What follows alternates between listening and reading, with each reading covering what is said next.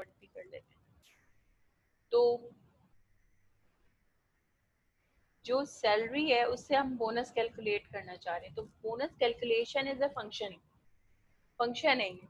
तो उसको भी हम इसी तरह डिफाइन करेंगे, दिस डॉट बोनस, बोनस किसके बराबर होगा, ये एक फंक्शन के बराबर होगा। फंक्शन क्या फंक्शन है भाई, वो यहाँ इस फंक्शन का नाम नहीं देते, सिंपल बस काम करते हैं यहाँ पे आके।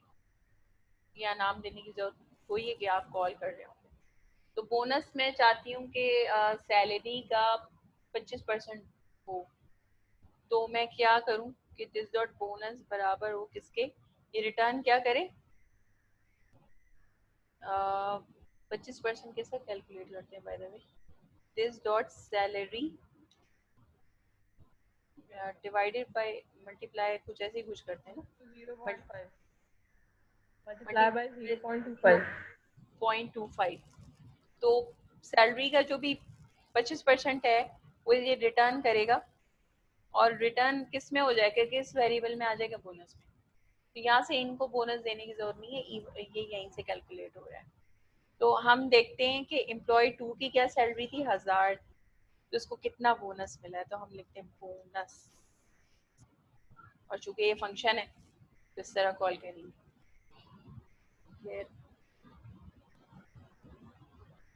ये 250 रुपए का इसको बोनस मिलेगा, इसकी तो ईद हो गई। तो ये इस तरह आप कोई भी फंक्शन यहाँ कैलकुलेट कर सकते हैं। अब आपको बार बार जो है ना वो यहाँ सबकी सैलरीज ले लेके वो करने की जरूरत नहीं है, आपने एक दफा यहाँ फॉर्मूला लगाया।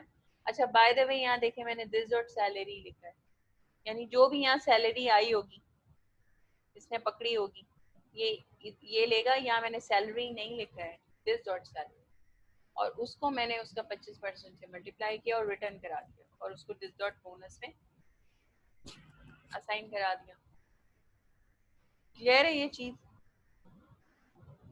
तो इस तरह कंस्ट्रक्टर में हमारा काम होता है, ये हमारा कंस्ट्रक्टर एंड है यहाँ पे।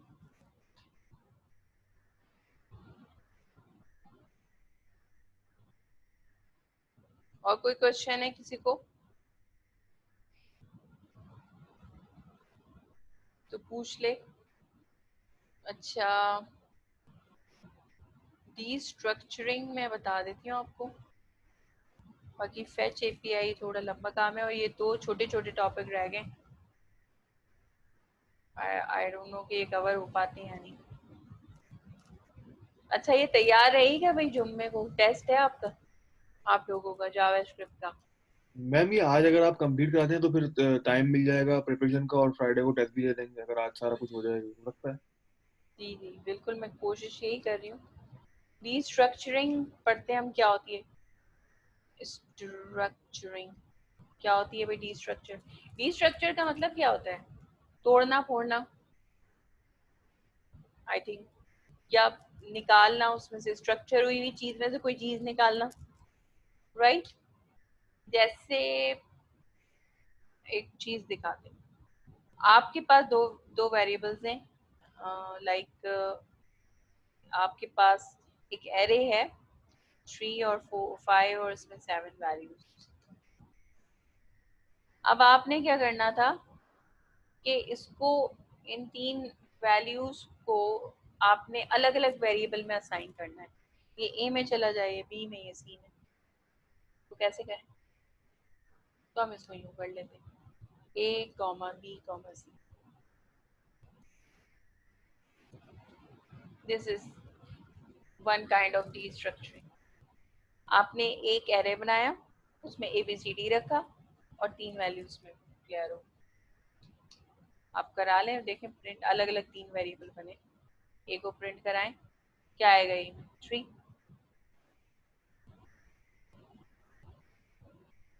ए इज नॉट डिफाइंड। भाई ये क्या हुआ, लेट, सॉरी यहाँ लेट लिखें या वेर लिखें, तो 3 आ गया। बी में क्या आया, 5 आ गया। सी में 7 आ गया। अब इस तरह आप हजारों लिख दें यहाँ पर, टीवी उड़ा, लेकिन ये नहीं कि यहाँ पे भी फिर एक वैल्यू और बढ़ाएं। ठीक है, ये चीज। और इस तरह कर सकते हैं। एक एरे था मेरे पास,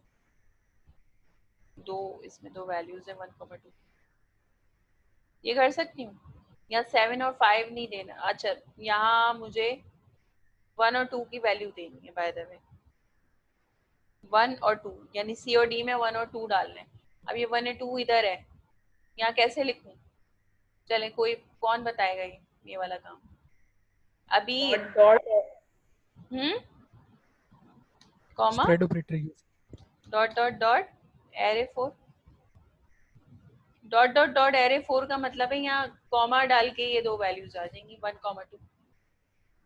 तो सीओडी में क्या आएगा? 1,2 आया समझ में? तो ये सी और डी में, सी में 1 आ गया, इसी तरह डी में 2 आ गया। तो ये डिस्ट्रक्चरिंग इस तरह भी आप असाइन कर सकते हैं। और डिस्ट्रक्चरिंग अच्छा बेसिकली होती क्या है, ये तो हमने असाइन देखा है। एरे में से आपने जैसे ये वैल्यूज ट्रैक कर ली ना, इसको एक वेरिएबल में ले लिया, इन चीज़ों को। दिस इज, और क्या पढ़ा था हमने डिस्ट्रक्चरिंग में, इसको देख लेते हैं। इनकी डॉक्यूमेंटेशन में डिस्ट्रक्चरिंग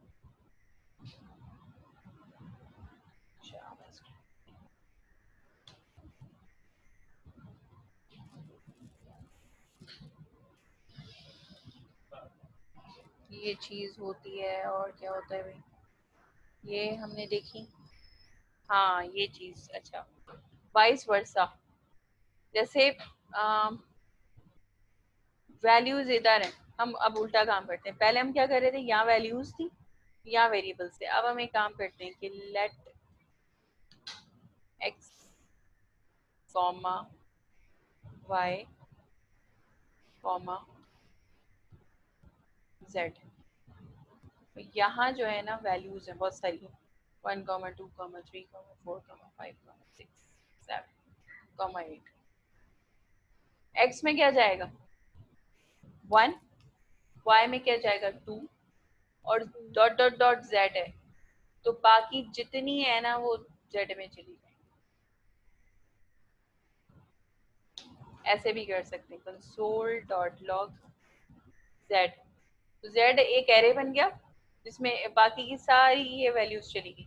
शुरू की जो 2 थी वो 1 और 2 इसमें चली। देखते हैं ना यहाँ पर, Z is an array now जिसमें बाकी की सारी वैल्यूज चली गई। ठीक है, तो बाकी की जो सारी वैल्यूज चली गई, ये स्प्रेड ऑपरेटर जो है ना, इसको हम कहते हैं, अब ये स्प्रेड नहीं है, रेस्ट ऑपरेटर बन गया। इसने बाकी की सारी वैल्यूज पकड़ ली। जैसे हम ये कह रहे हैं ना, एक्स कॉमा वाई में पहली 2 वैल्यू आएंगी और बाकी की सारी इसमें आए, वो इस तरह पकड़ लेगा इसको। सही है। और क्या है इसमें, कोई चीज इसमें रहनी नहीं चाहिए इसमें। अच्छा ये चीज हमने देखी, 1, बी हो तो 10 और 20 इस तरह आ जाए, ये भी हमने देखा। ए में 10 आ गया और बी में 20।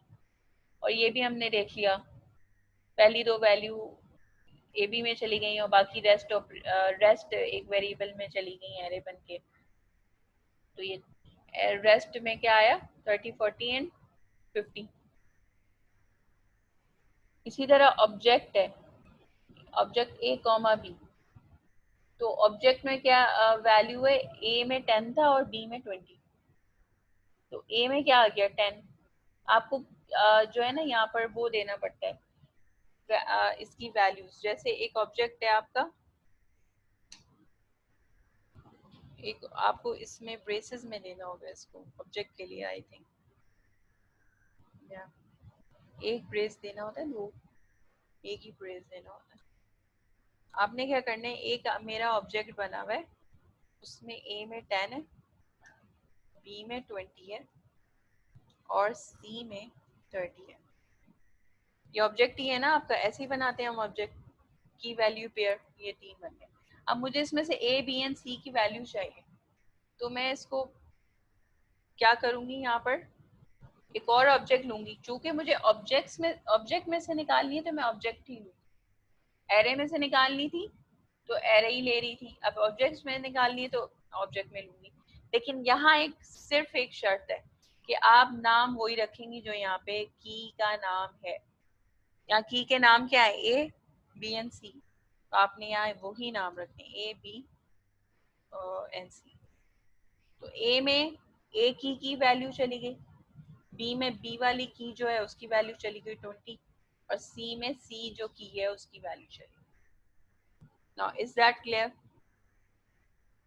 अच्छा, ये ना कहीं ये मसला ना करे, क्योंकि मैंने ए बी सी डी यहाँ भी ले लिया वहां भी ले लिया। A1 कर देते हैं इसको, B1, तो अब ये मसला नहीं करेगा, ठीक है। लेट इज नॉट डिफाइंड 87 पे। अच्छा, इसमें लेट की जरूरत है। तो ये 3 वेरिएबल बन गए, A1 B1 C1, जो की के नाम पे इसमें 10 चला गया, इसमें 20, इसमें 30। तो ऑब्जेक्ट से इस तरह निकालते हैं। लेट्स सपोज, हाँ, जैसे आपने अभी बनाया था ना ऑब्जेक्ट, इधर गया मेरा ऑब्जेक्ट, ये वाला। अब मैंने कहा कि भाई ये मुझे ना तीनों वैल्यूज एक्सेस करनी है, तो मैं क्या करूं, हर दफा लिखूंगी, ये एम्प्लॉय था मेरा, एम्प्लॉय डॉट नेम, 3 दफा कंसोल डॉट लॉग लिखूंगी, employ dot name, employ dot age, employ dot इनम, तीनों दफा कंसोल करूंगी। तो ये काम अब 3 दफा करना है। अब 6 प्रॉपर्टीज है तो 6 दफा करना होगा, 10 प्रॉपर्टीज है तो मुझे ये काम कंसोल 10 दफा प्रिंट कराना होगा। तो मैं यूं कर सकती, की के नाम क्या है, नेम कॉमा एज कॉमा इनम। किससे निकालना है भाई, ये कौन से ऑब्जेक्ट से निकालना है, एम्प्लॉय ऑब्जेक्ट। एम्प्लॉय ऑब्जेक्ट है ना, निकाल लो। और वहां से क्या निकालो, नेम एज और इनम। आपने वही वेरिएबल के नाम दिए, तो यानी उसने उस कीज को एज ए वेरिएबल बना दिया। नेम एक वेरिएबल बन गया, एज एक वेरिएबल बन गया, इनम एक वेरिएबल बन गया। और इनमें क्या प्रॉपर्टीज आई, जो ये वाली की वहां होगी उसकी प्रॉपर्टी आ गई। अच्छा, ऑब्जेक्ट में ना इसको इसमें रख लिया करें तो ये एरर नहीं देगा, बस ये सिंटैक्स है ऐसा। तो अब ये इसमें से की ढूंढेगा, नेम की वैल्यू लेकर आएगा, नेम में डाल देगा। अब ये वेरिएबल नेम है, उसमें वैल्यू बिलाल आ गई। अब ये इसमें जाएगा, एज ढूंढेगा, 25 है, एज वेरिएबल में 25 आ गया। क्लियर है? ये ऑब्जेक्ट की डीस्ट्रक्चरिंग, ये ऑब्जेक्ट डीस्ट्रक्चरिंग है। इसको हम यहाँ लिख लेते हैं। अब ये मैं ये चाहे एम्प्लॉय ऐसे यहाँ लिखूं, या एक मैं खुद से ऑब्जेक्ट डायरेक्ट यहाँ बना दूं,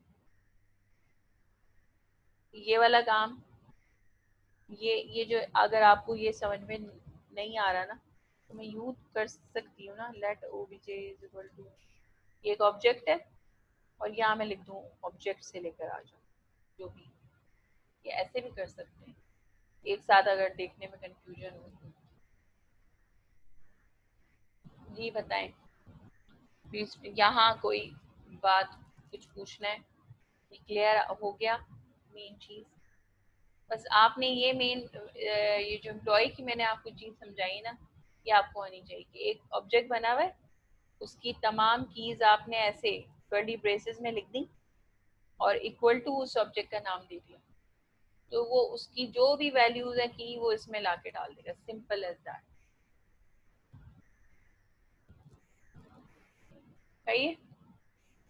और ये थी आपकी डिस्ट्रक्शन। देख लें और कुछ रह गया तो।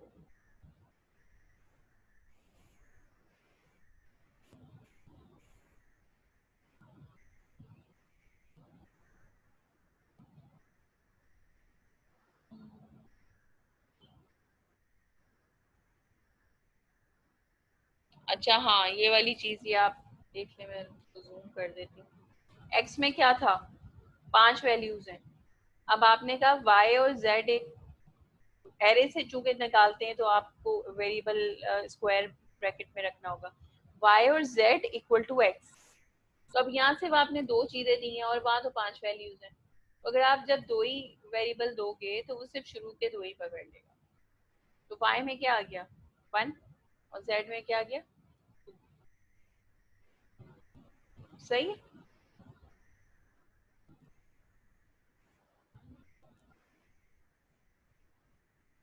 अच्छा हाँ, एरे की डिस्ट्रक्चरिंग हम देख लेते हैं। ये इन्होंने नंबर लिया है। जैसे एरे की मैंने ये तो बताई आपको कि एक एरे से इस तरह आपने वेरिएबल बना लिया। अब एक एरे और है मेरे पास, लेट str एरे।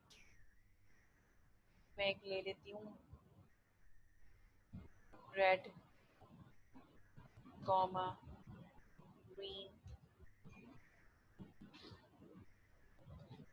येलो, ये 3 कलर्स का एरे। अब मैं चाह रही हूँ कि ये हर एलिमेंट मेरे पास नई वेरिएबल में आ जाए। क्या तरीका है, वही सेम जो हम करते हैं अभी तक। 3 वैल्यूज हैं तो मैं क्या करती हूँ, कलर 1 C1 यानी कलर 2 और कलर 3। कहाँ से लेनी मुझे इन तीनों की वैल्यू, str जो कि एरे है, दिस।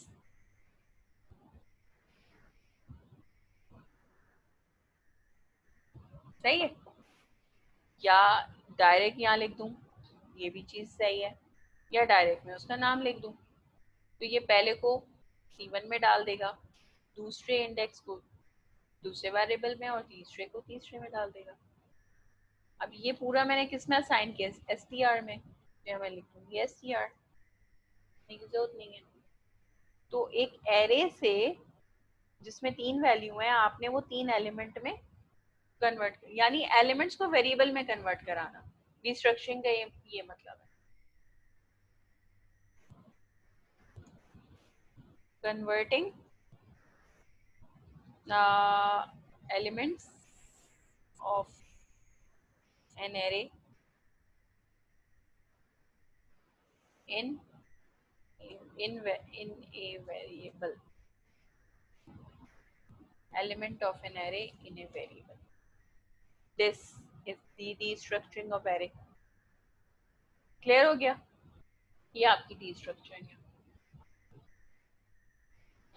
और अब मैं इसकी आपको ना एक काम करती हूँ, 1-2 क्वेश्चन 3-4 बना के इसके और आपको व्हाट्सएप पे भेजती हूँ। ये असाइनमेंट शायद मैंने बनाए हुए नहीं है, इसके मैं भेज दूँ तो आपको आइडिया हो जाएगा। फेच और प्रोमिसेस रह गया, ज़्यादा तो नहीं हो गया, बहुत ज़्यादा तो नहीं हो गया, ये पता चला दिमाग में भर गया बहुत सारी चीज़ें।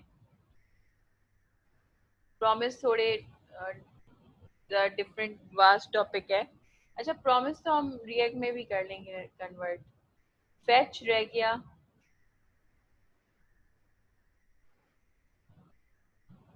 जी बताएं आगे बढ़े या नहीं, क्योंकि 10 मिनट रह गए हमारे, ये 2 टॉपिक रह गए। I think it's enough for today. या इट्स इनफ फॉर टुडे। और हम ये कर लेते कि जो इसमें से हमने देखा है वो रिपीट कर लेते हैं। और जो फेच और प्रोमिसेस है ना, ये इतना टाइम नहीं लेगा, उस दिन हम ये कवर करके, और ये मैं इसको ना टेस्ट में इंक्लूड नहीं करूँगी इस वाली चीज़ को। और ये मेन चीज़ है मेरी, क्योंकि ये प्रोमिसेस वगैरह तो ये इसका टेस्ट कोई लेंगे, इसका तो ये है कि आप आगे रिएक्ट में काम ही सारा इसी का बराबर करना ही करना ही है।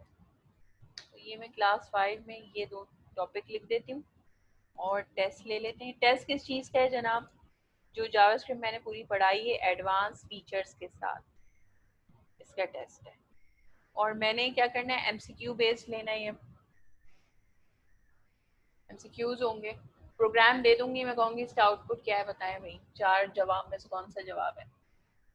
अगर आपको लगे ये दोनों जवाब सही हैं तो आप उसमें बेस्ट पॉसिबल आंसर चूज करेंगे, ठीक है। और ये बिल्कुल वो वाला नहीं होगा जो आपने दिए हैं, अगर PIIC का कोई बंदा है तो वो वाले दे दें, नहीं ये मैंने खुद बनाया नहीं। तो प्रिपेयर होना है। अब बताएं भाई, आज हमने क्या क्या कवर किया है, देख लें। ये मैं टॉपिक लिख दिया आपके सामने, ये वाले हैं। ये 4 हमने चीजें कवर की हैं। इसमें से कोई सवाल है तो पूछें भाई, आई एम अवेलेबल। जब तक आप लोग सोचें, मैं कॉफी पी रही हूँ।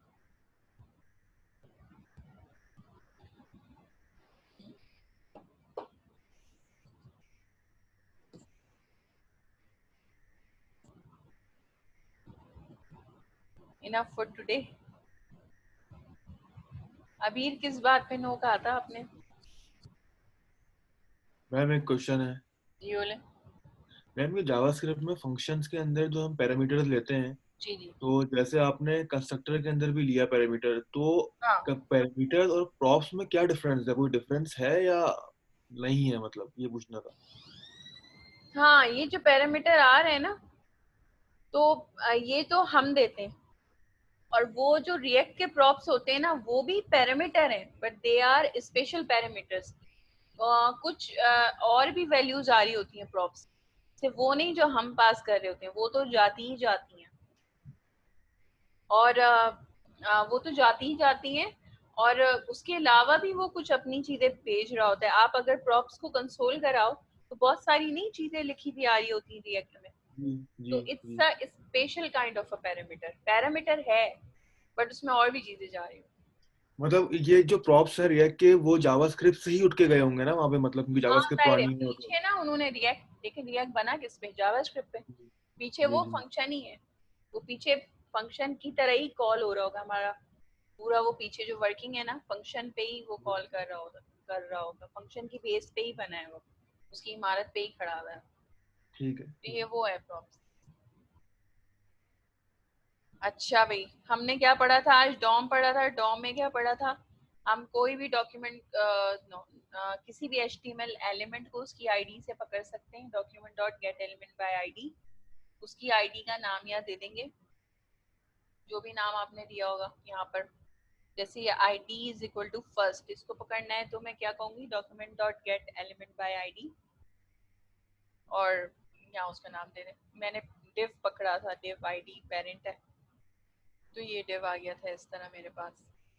और मैंने आपको बताया था कि हमें 4 ये हमें सूडो एलिमेंट्स देता है पकड़ने को। क्या होता है? First child, last child, next sibling, previous sibling. तो अगर आपको div का पहला चाइल्ड पकड़ना हो तो आप कहेंगे div dot first child, last div dot last child, इस तरह। और कोई एलिमेंट खुद से बनाना हो तो डॉक्यूमेंट डॉट क्रिएट एलिमेंट, और जौन सा भी एलिमेंट बनाना हो, P पैराग्राफ बना देगा, Li बनाया हमने, Li बना देगा। और उसके अंदर आपने टेक्स्ट डालना है पैराग्राफ में, तो क्रिएट टेक्स्ट नोड होती है, और यहाँ पे स्ट्रिंग होती है, वो टेक्स्ट नोड बन गई। पैराग्राफ में आपने फिर ये टेक्स्ट नोड लगा दी, new para dot append child text node, और ये पूरा पैराग्राफ कहाँ लगा दिया? div में, div डॉट अपेंड चाइल्ड और न्यू पैरा, उस पैरा का नाम दे दिया। सिंपल ये काम किया था। और एक टास्क का फंक्शन बनाया था हमने, let input is equal to एक टास्क। इनपुट की इनपुट का पूरा बॉक्स पकड़ा, इनपुट में डाला, फिर एक आपने यूएल जो वहाँ पहले से बना हुआ था वो पकड़ा, इनपुट की वैल्यू उठाई। वैल्यू मीन्स जो आप टाइप करेंगे in your box, this is the value. तो इनपुट डॉट वैल्यू आपने वैल्यू वेरिएबल में डाली, फिर आपने Li एलिमेंट बनाया, क्रिएट एलिमेंट, फिर आपने टेक्स्ट नोट बनाई, यानी उस Li में क्या लिखा होगा। तो ये जो वैल्यू आपने लिखी है, वैल्यू आपने टेक्स्ट में डाल दी। अब Li में आपने पहले वो टेक्स्ट लगाया, और इस Li को अपेंड कहाँ करा दिया? UL में। सिंपल। अब ये UL कहाँ था? यहाँ था बना हुआ, ये रहा बना हुआ। यहाँ पे सारी Li's जो है ना, क्लिक ऑफ अ बटन बनती रहेंगी, बनती रहेंगी, बनती रहेंगी। तो ये बस आपको पता होना चाहिए चीजें। रिएक्ट में ऐसे काम नहीं करते हम, ये क्रिएट एलिमेंट ये सब नहीं करेंगे, खुश हो जाए हम। लेकिन ये कि आपको ये जरूर पता होना चाहिए इसका, ये फर्स्ट चाइल्ड, लास्ट चाइल्ड, इसके जरिए जैसे थोड़ा बहुत मैंने आई थिंक अभी आपने स्टूडेंट्स को बनवाई थी टू डू लिस्ट, तो उसमें शायद यूज किया था थोड़ा सा। स्प्रेड ऑपरेटर क्या होता है?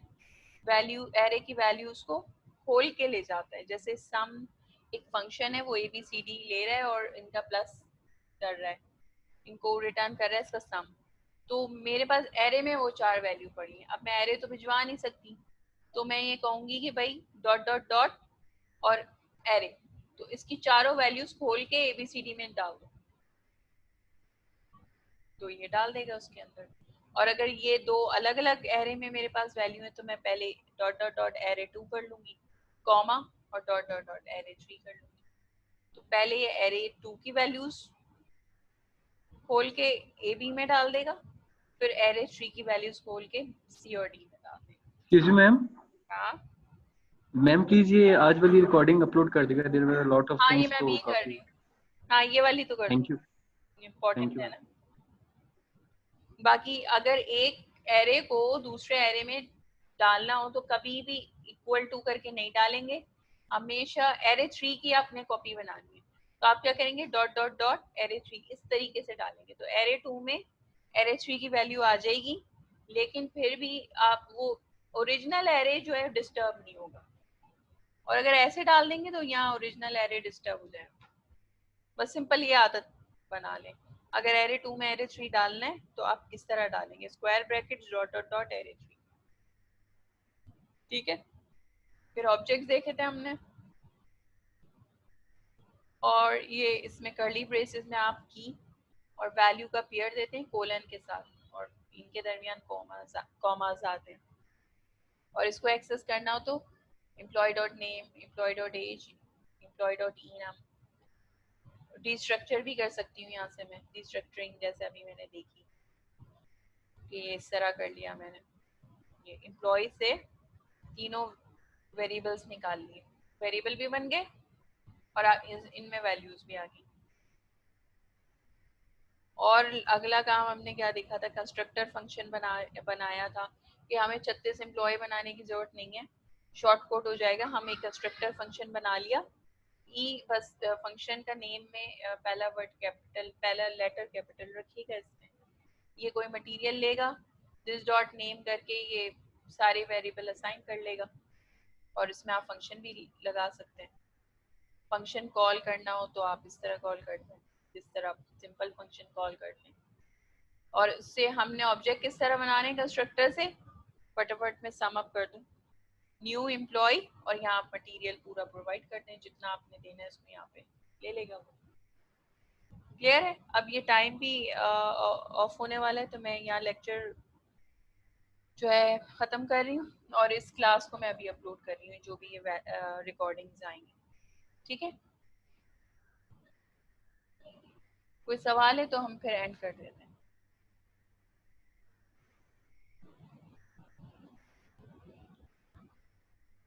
चलें, ठीक है, ओके, अल्लाह हाफिज।